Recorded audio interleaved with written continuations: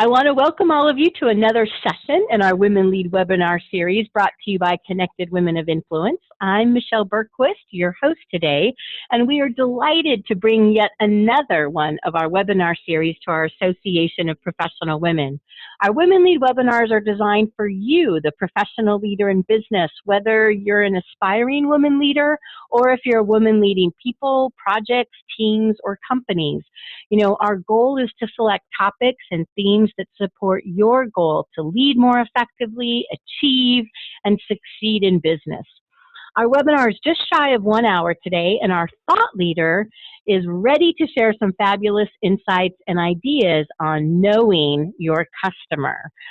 Just a few logistics. At the half-hour mark, we'll be answering any questions that you've submitted during our online time and during the presentation portion of our webinar. So I hope you're ready to go, and I am excited to introduce our thought leader and leading lady today. Sashi Witman is the founder of Affinite Magazine, and Sashi's magazine, Affinity, focuses on effecting change and creating relevant connections through providing specific resources that empower, equip, and encourage women in their specific place, time, and walk in life. It's an awesome magazine, and you can go to Affinity, and that's spelled AFFINITE magazine.com.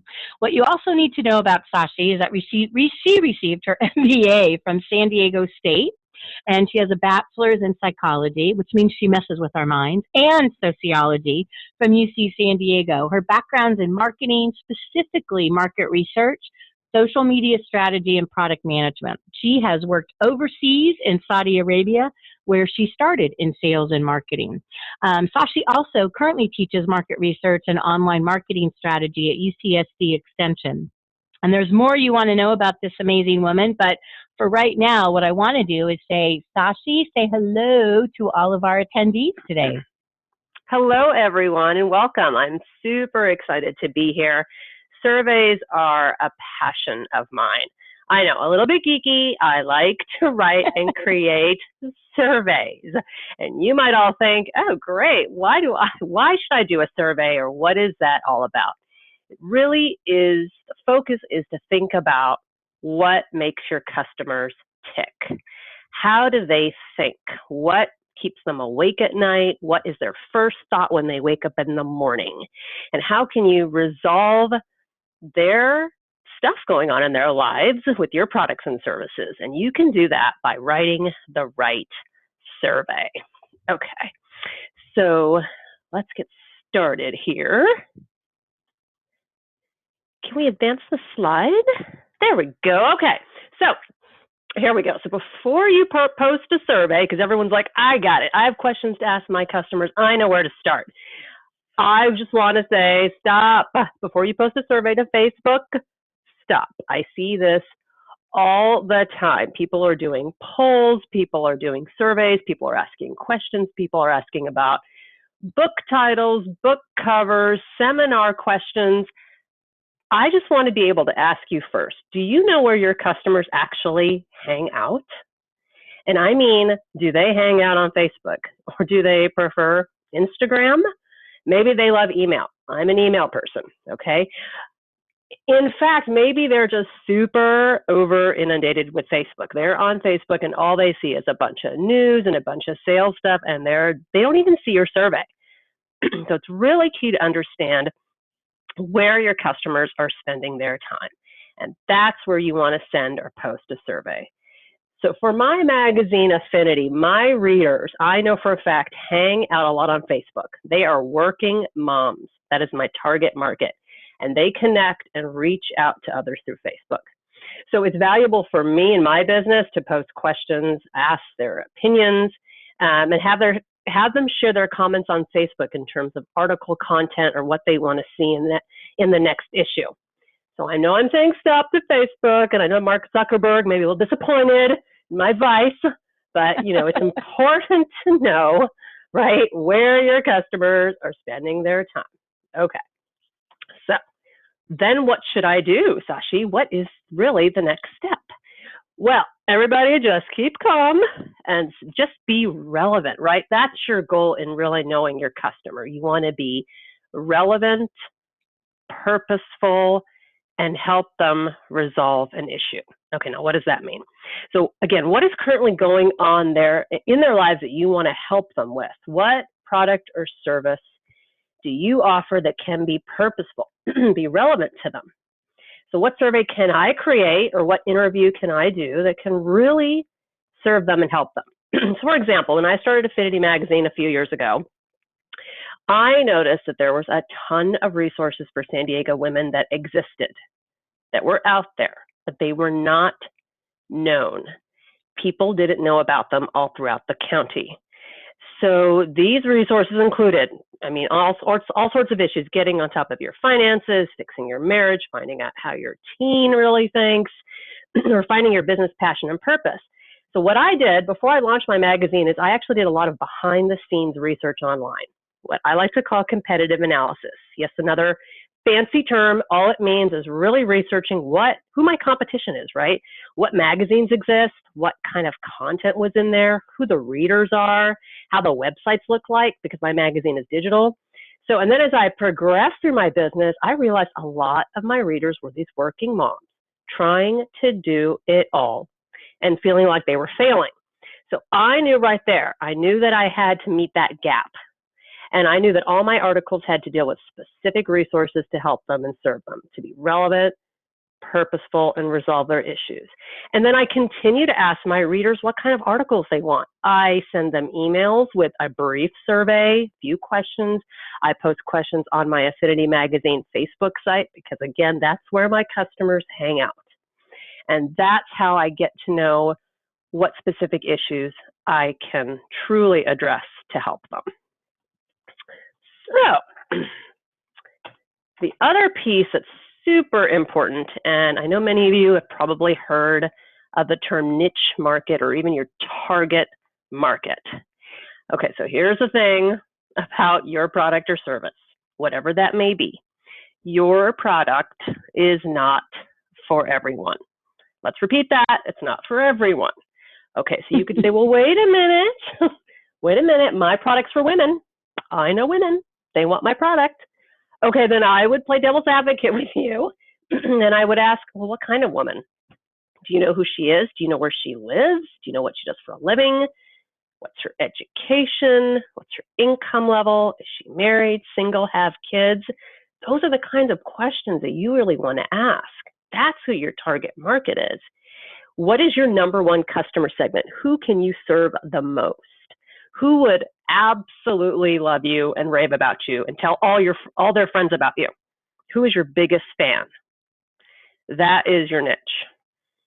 So I have to tell you a little story. I was sitting there on Sunday with a large group of people after church one day, and we were all just having barbecue, and I was sitting by a woman, and I knew that she was one of my readers. And so I was asking her how her business was going. And she said that I had actually helped her find a networking group through my magazine. And she had actually said online on Facebook, and that's where a lot of my readers hang out, that the articles had uplifted her, and that this networking group that she joined really helped her business and helped her to focus. And I'm like, wait a minute. Are you kidding me? Are you telling me that what I am doing is working? Like, this is my market. She's a lovely 40-something. She's got teens at home. She's got a couple of different businesses she's trying to manage. She's married. That is my market. And they are really trying to do it all. And so she got something out of a couple articles I posted, or some things that I posted on my Facebook affinity page. And I'm like, wow, okay, that just told me that's my niche, and that's who I need to tap into. So I can further that, right, by asking women just like her more survey questions, or even hold a focus group, which we'll talk about in a little bit, to even further delve in and figure out what they really need.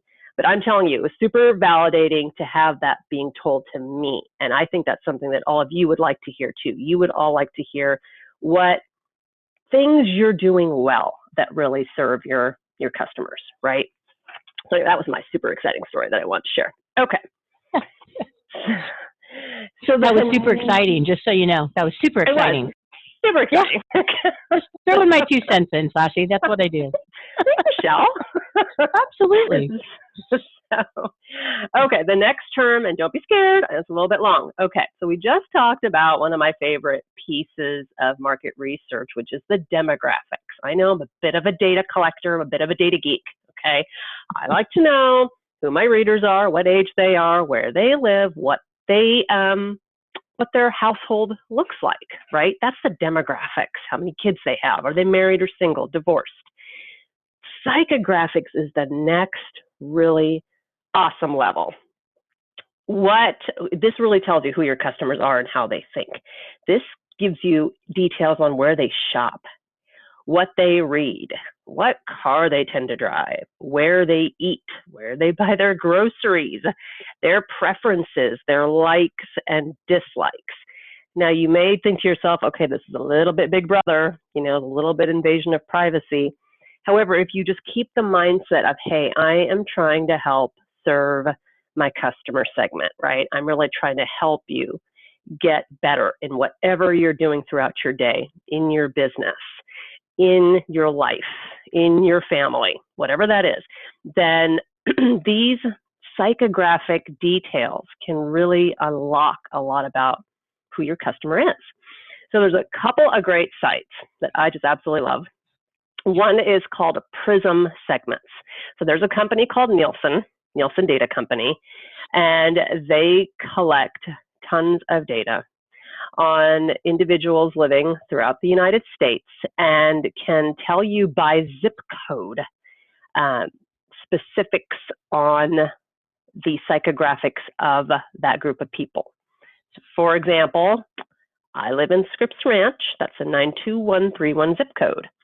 If you punch in 92131 into the zip code segment in Prism, it will give you a picture of all the 4 different major categories of people who live here. And they have multiple categories. They have labeled us and labeled us, right? But it's in order to give businesses who come here a great picture of who we are. I'll give you another example of why this zip code segment is so important. There's a Starbucks right down the road. I know, who's a fan of Starbucks? We all love it. But they decided to do the evening hour where they offer wine and beer and appetizers. Starbucks knew this. Yeah, exactly, right? Go there all the time. They offered that because they know the market here. It's a lot of families. It's a lot of exhausted families, a lot of parents who go out to eat because they don't want to cook and then want to go and relax and have a glass of wine with their tapas at Starbucks. So Starbucks, of course, has major resources, and they've really studied their demographic and psychographic customer segments super, super well, right? But this is a great starting point for a small business. A lot of this information is actually free. If you do have the resources or you'd like to purchase the information, that is possible. But I would say just for, a small business or just being able to unlock certain pieces of your customers, Prism segments are a great place to start. Another site you can go to is called Tapestry. And Tapestry also does very similar to Prism, not as intensive, but gives you a zip code lookup as well. So again, you're in a certain area of the county, you want to launch products or services to that specific segment. It's a really, really great place to start. It gives you a real good picture of who your customers are. So, big fan of psychographics.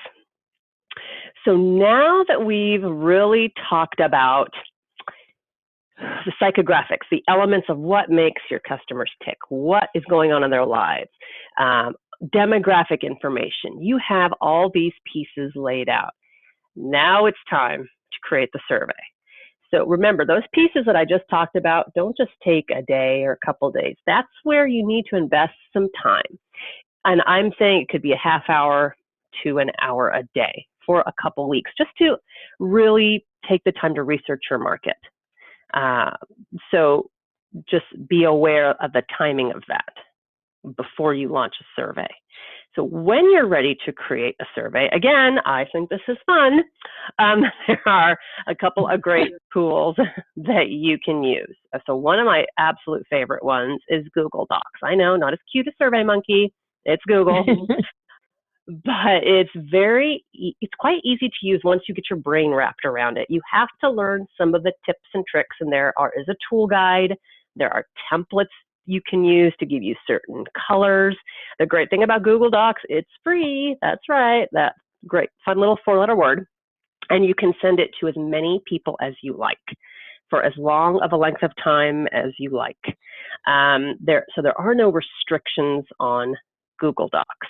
So that's what I recommend to most of the people that I work with. Now, SurveyMonkey, on the other hand, is one of the most popular survey vehicles. Perhaps most of you have used this and have taken the survey here. The trick with SurveyMonkey is it's very pretty. They give you a lot of guidance, but you're limited to 10 questions and 100 responses for free. So if you're willing to pay more, and if you want to do that and have the resources to do that, then you can go ahead and use SurveyMonkey and pay the monthly fee to use them. But again, I would start out with Google Docs. Take a look at that. And the great thing about both of these tools is that once you have executed a survey, it gives you some great pieces of information. So, okay, these are the great tools. Now you're thinking, all right, awesome. Now what do I do? Okay. Structure the questions. Okay, let's really think here about what you want to ask. I always advise to be specific. So don't overwhelm the consumers with too many questions on too many issues. You don't want to go, wahoo, I want to find out all about pricing and products and where I should market it. What's my new launch? And what do you think about this ad campaign? And what do you think about blah? You don't want to have too many questions, right? You want to keep the survey kind of short and sweet. 5 to 10 questions is actually the ideal. Unless you're offering an incentive, that means a coupon or something for free, then you can go beyond that. The other key issue is to focus on one issue. I would recommend focusing on just pricing, for example. Just a product line that you're trying to launch, just certain features. So for example, I have asked my readers what are specific article issues that they want to see. So I give them choices, and I give them maybe 3 questions, and that has helped me to guide the types of topics that I talk about. You could be looking at an ad campaign that you want to run. Is it really worth investing all this money into a radio ad or social media? You could run some market research to see if that's working well and hitting the right audience. So it also can be something simple as validating, right? Something as, hey, are people actually looking or purchasing or loving what I have? I mean, to get that validation for me from that one reader, that was awesome. And I know that that's happening more.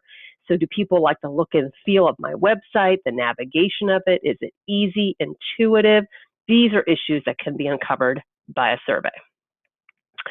So here's one thing to be careful of is open-ended questions. So here's that awesome hot dog on the right. He's looking a little peeved.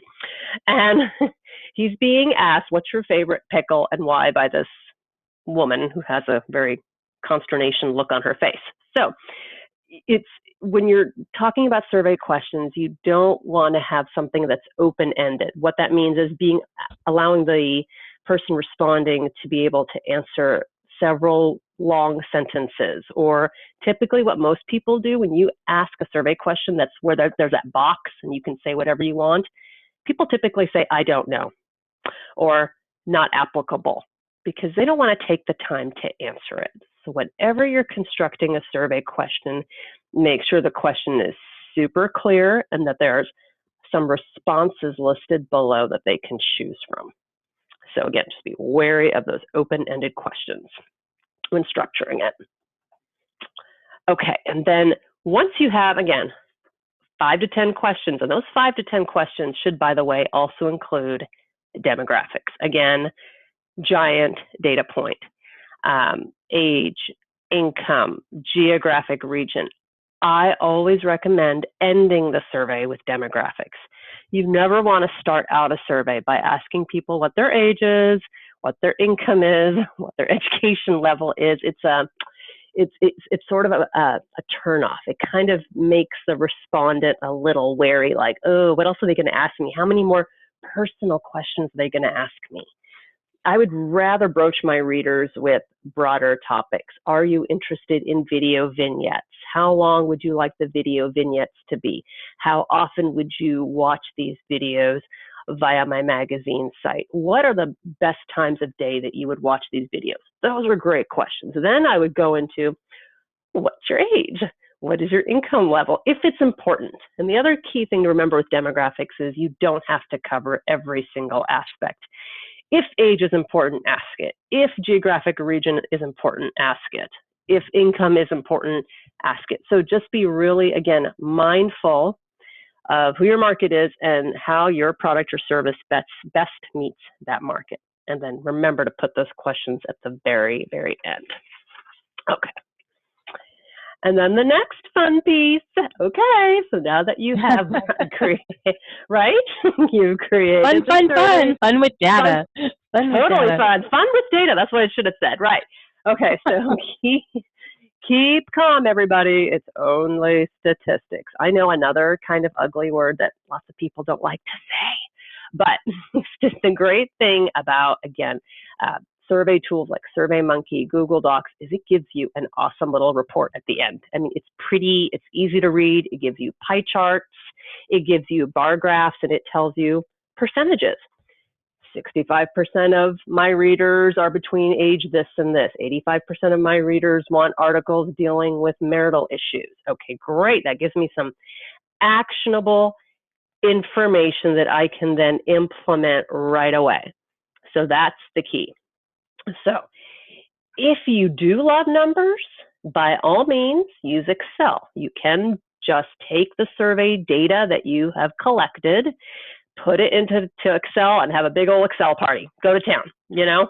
That is all up to you. And so it just depends on what your strengths are, what your preferences are, and what kind of time you have. Another key thing with that data piece, those statistics, is you just really want to remember something called outliers. Those are pieces of data that don't truly belong.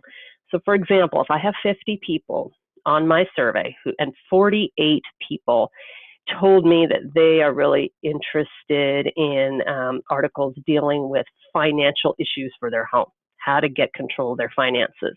And I have 2 people who said, nope, not super interested. I would want to look at who those people are with the other demographic pieces. Okay, maybe what's their income level? What's their age level? Maybe they're established and they have a solid income stream, so that's not a large concern for them. But the bulk of my audience is really concerned about that, and that's the people that I want to serve.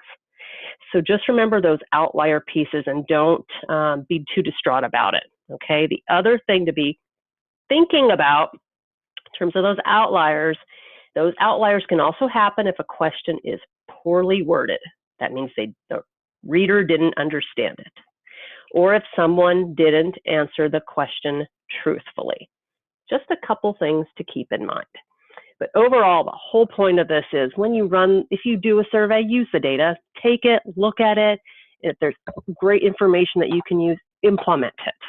Really, really encourage you to do that. Okay. Finally, we get to another just really popular piece of market research, and this is the interview focus group piece. So this is a little, I would say, less structured than surveys. And the great thing about focus groups is you can get past just pricing and questions on certain topics. You can get really some deep, deep detail into how people are really feeling about what you're doing. You can get real opinions and real ideas, so it can be an idea generator.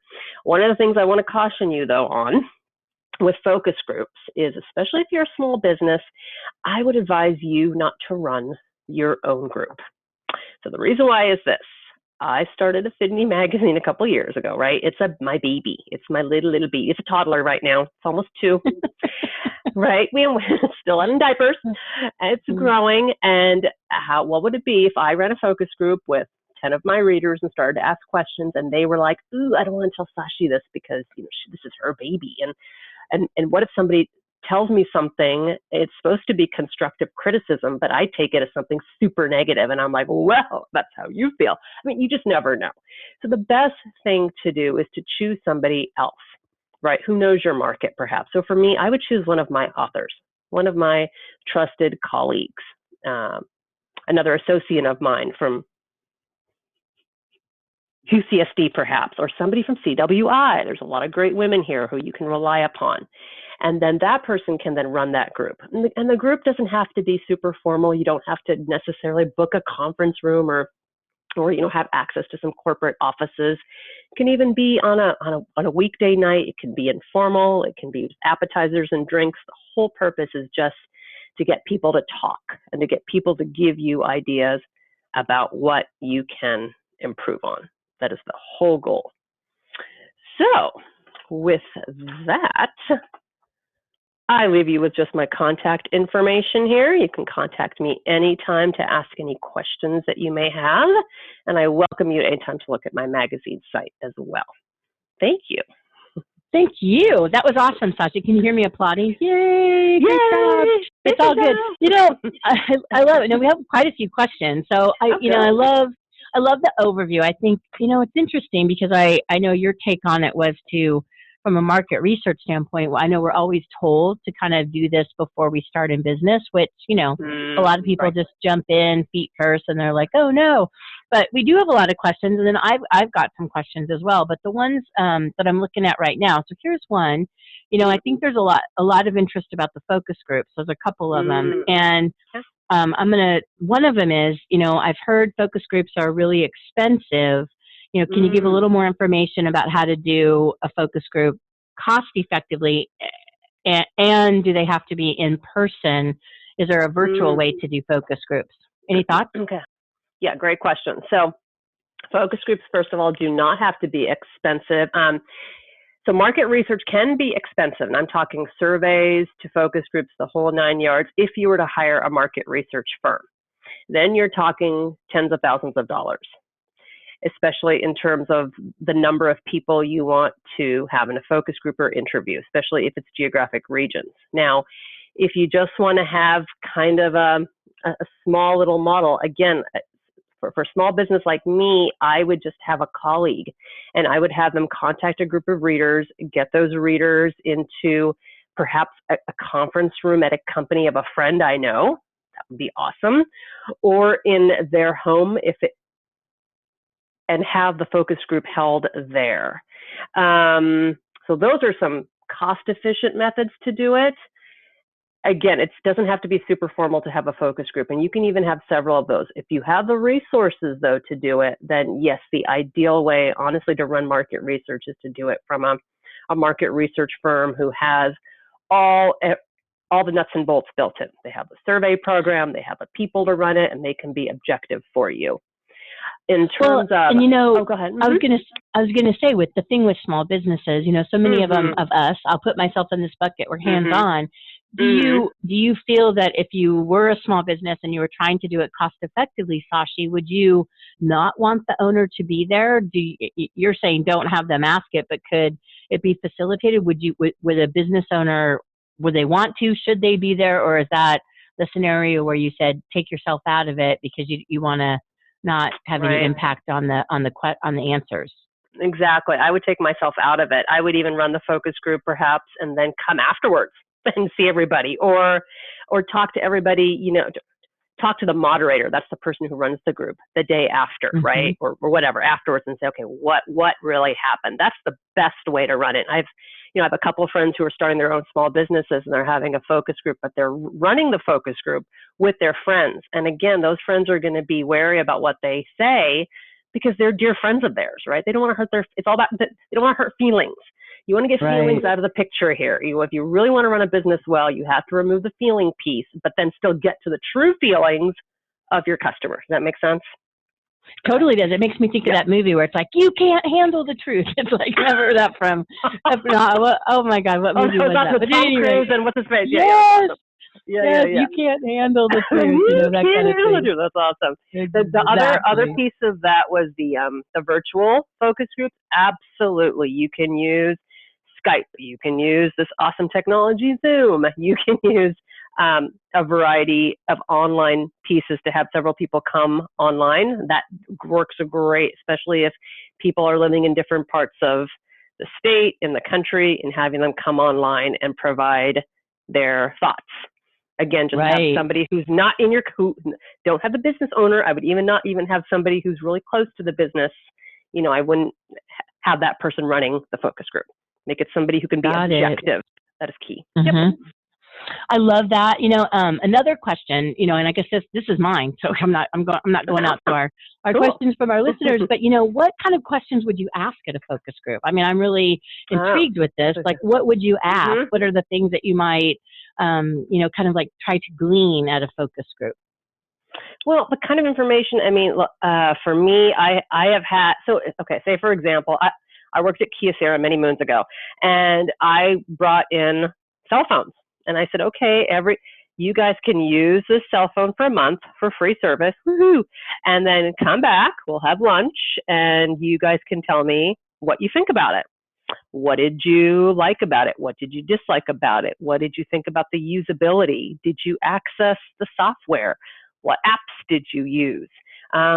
What games did you use? What did you find the most frustrating? How was the battery life? Did you find you have to charge it a lot?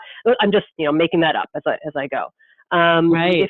If it's a service, again, if it's back to, my magazine, like I would have a focus group again of my target market, which I know is working moms. And I would say, okay, how often do you come to my website? And you may get some honest responses in there.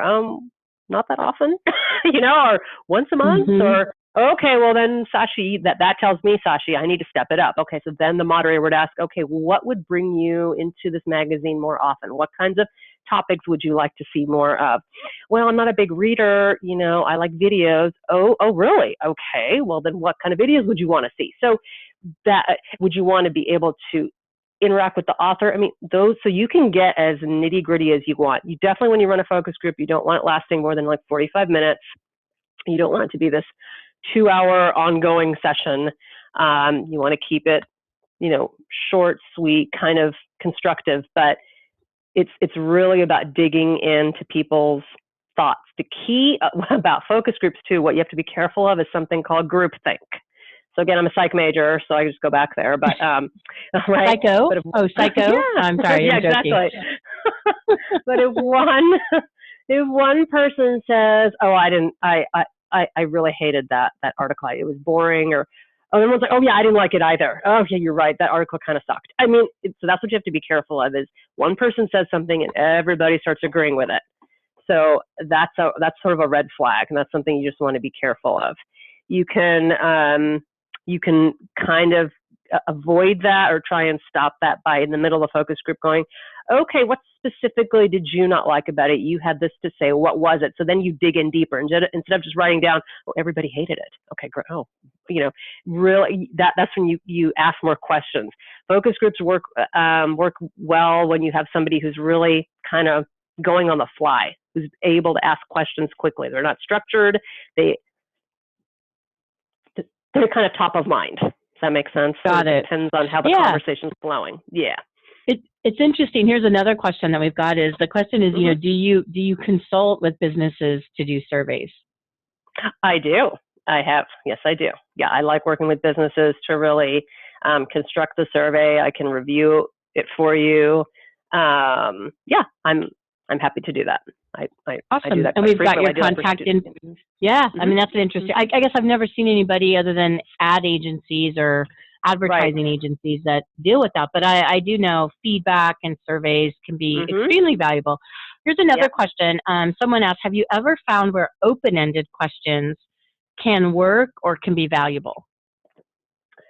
Never on a survey. I'm just telling you that right now, because most people, they'll write one line. I like your logo. Okay, great. Why?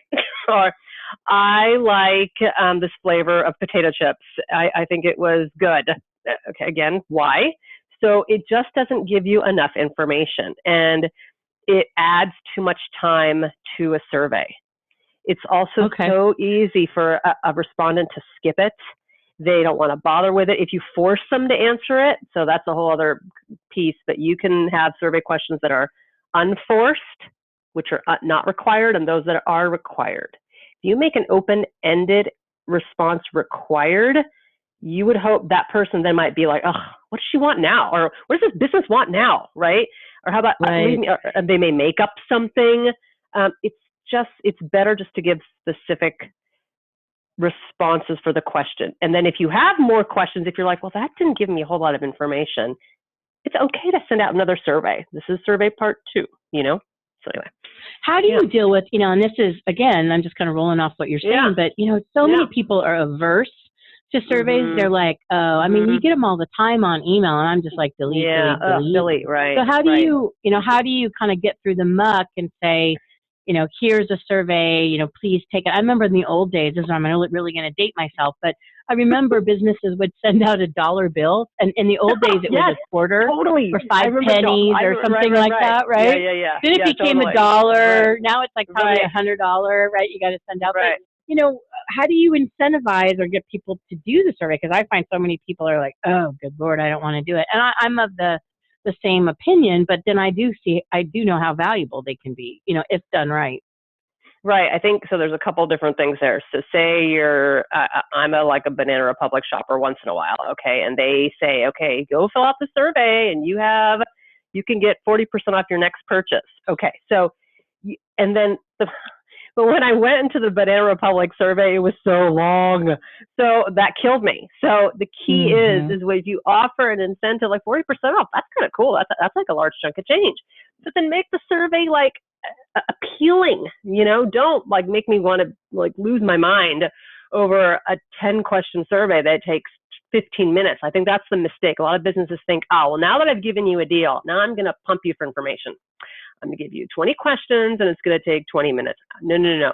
You want it to be, again, 5 to 10 questions and less than 5 minutes to take.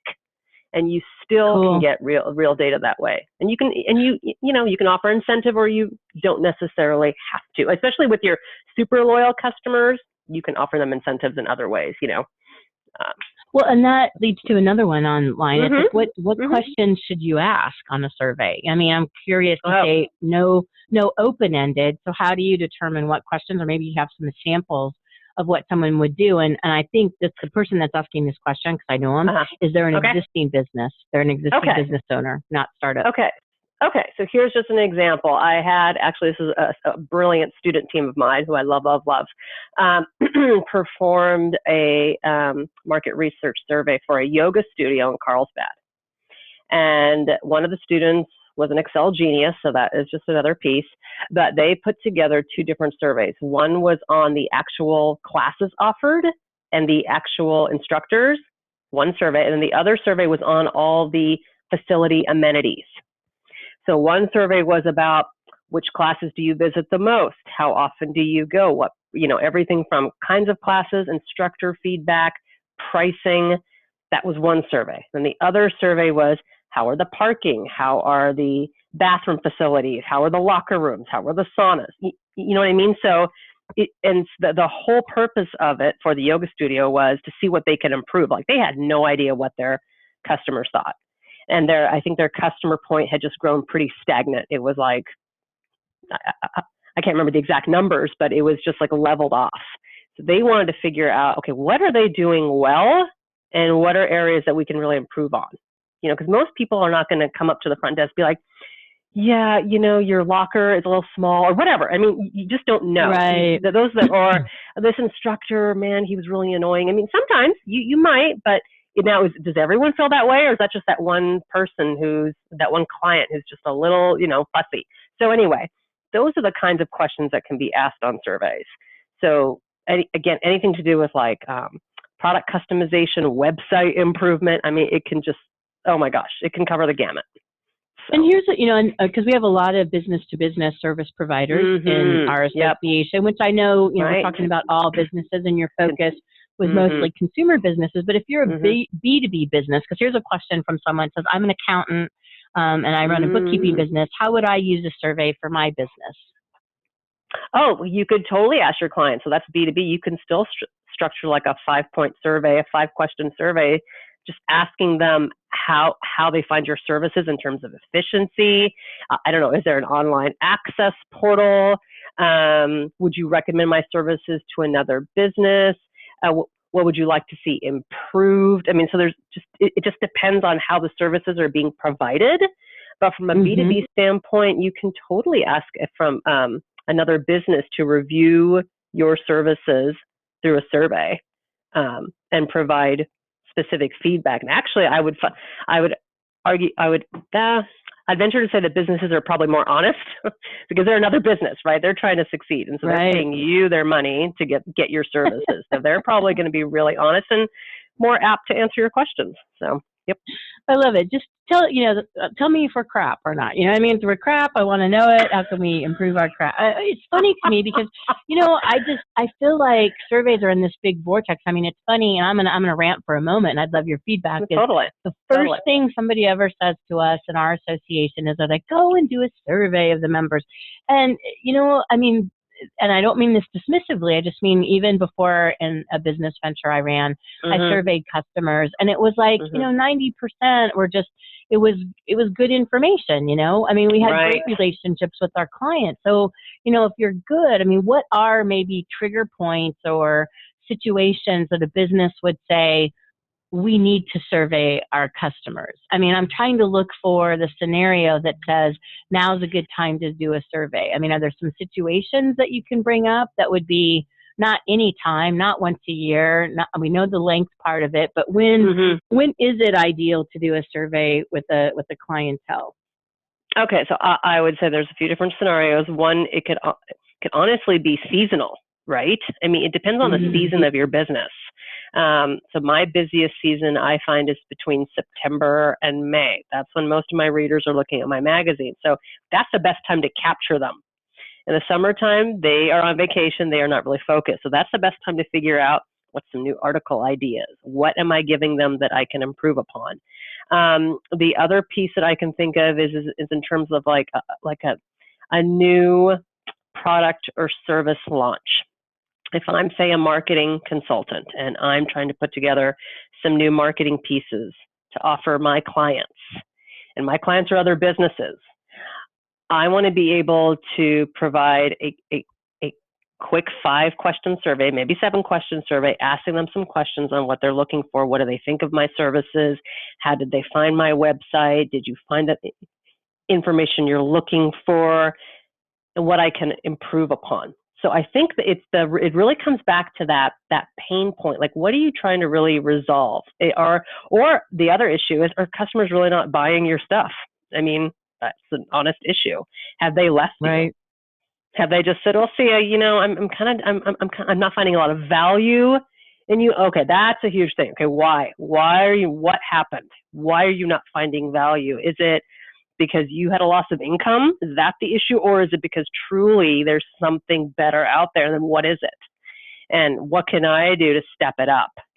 And do you find, I wanted to interject on there. Do you find that there is like a value authentically when people go, because I mean, you look at it and you go, the people that are busy and doing their thing, like, let's say you are a business and you reach your clients, it's like, I mean, how do you determine if that's like good information, or is it just the people that maybe you had one experience with and they hate you or whatever? I mean, if I didn't like a service, would I go back and do a survey?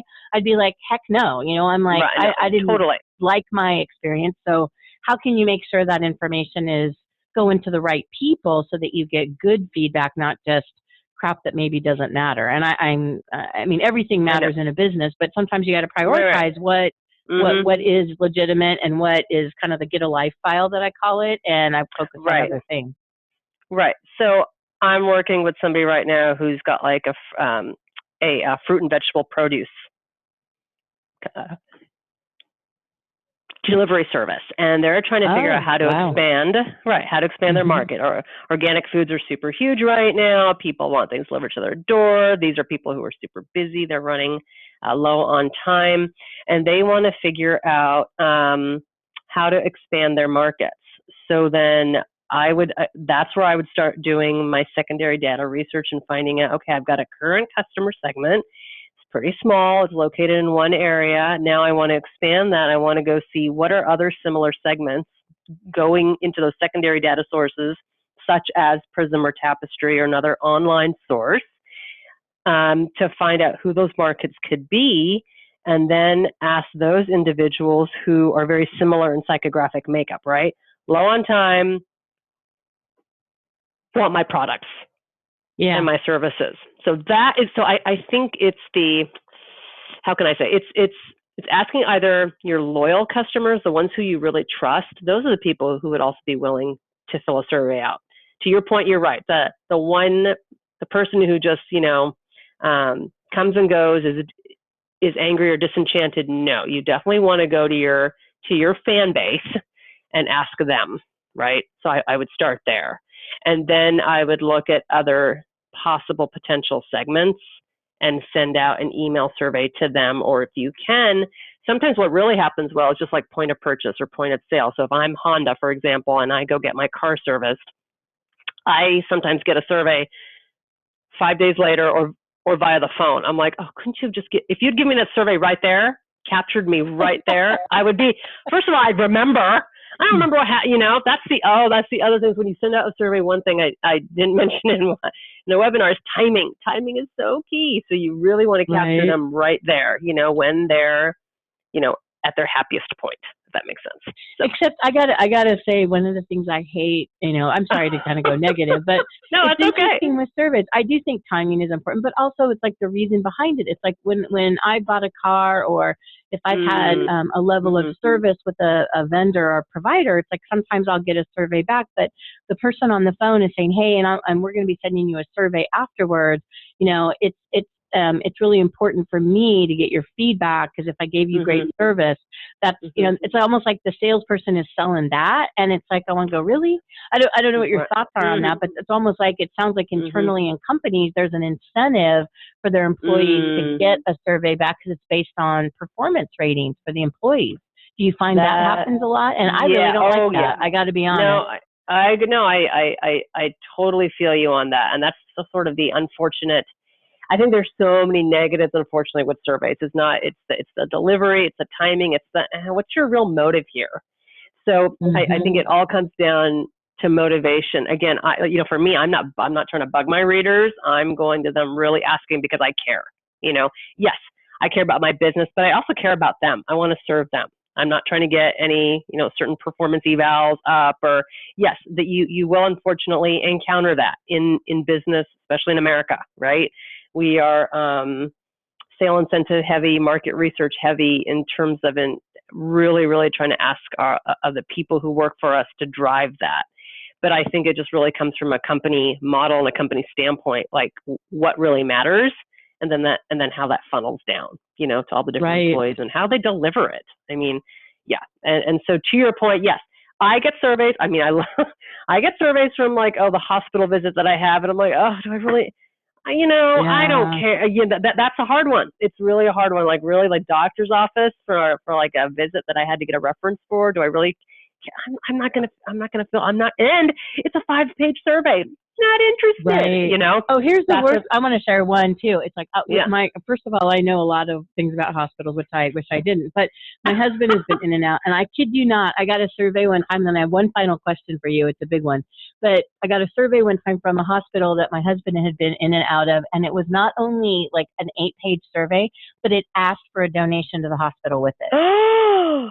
Yes. Okay. And I went, unbelievable. Exactly. I went, that is not the right way to do a survey. I know they were trying to be efficient, but that's shocking. Yeah, it was just a bad way to do it. Oh my God. This is fascinating to me. And then, the final question we've got from somebody, which I think is a loaded question, and I want to see where it goes, is, when I know you talked about, at the end of it, it's like, how should you use the survey results? I know internally for your company, it makes sense. It might be good feedback, but how else can you use the results? I mean, is there a way to twist it, to put it into a marketing opportunity? Is it, something that you share with your staff, or what are the many ways you can, utilize and benefit from the results you get from a survey?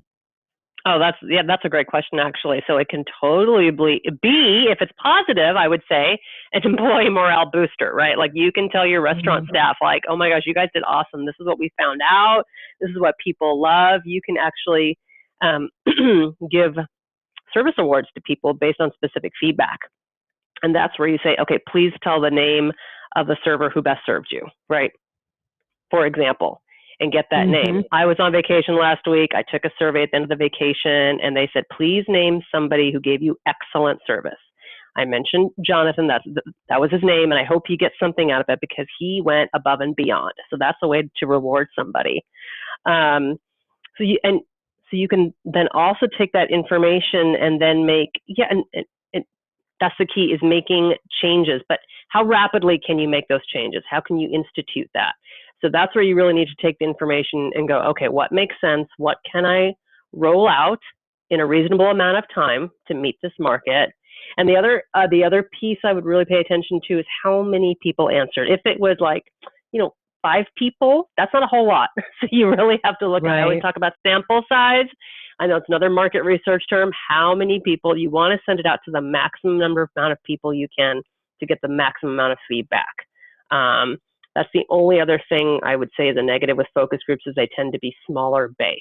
So surveys, you can definitely reach a larger population. So do you find that there are some averages and percentages? Like if you send out to 100 people, averages 20% come back, or is it all over the board? Really curious. I would say it's pretty low, actually. I would say if you send out to 100, you typically get anywhere from 3 to 4%. Ooh, so, ouch. So, yeah, I know. Sometimes you are fortunate and you get 10%. 10% is amazing. You get 10%, you're like jumping up and down. That's like gigantic. Wow. Again, back to your point, Michelle, people are busy. People are like, oh, do I have to have another email? It's another survey. So it's where you play, it's where you post it. I find honestly like LinkedIn to be a great place to post surveys, especially for B2B, for those B2B people, business to businesses out there. LinkedIn is actually awesome. It's a captive audience. They're professionals. They're there to make connections and make things happen. Great place to have a survey posted. I got to tell you, well, you've inspired me today because I'm thinking of some different ways we can survey our association. Yeah. So I thank you for that because I'm going to be talking to you about some things, and I think we can as one of our media partners, our very special media partner. You're amazing. I think you got so many more ideas. I hope you'll come back because I want to thank you, Sashi, for being our thought leader today.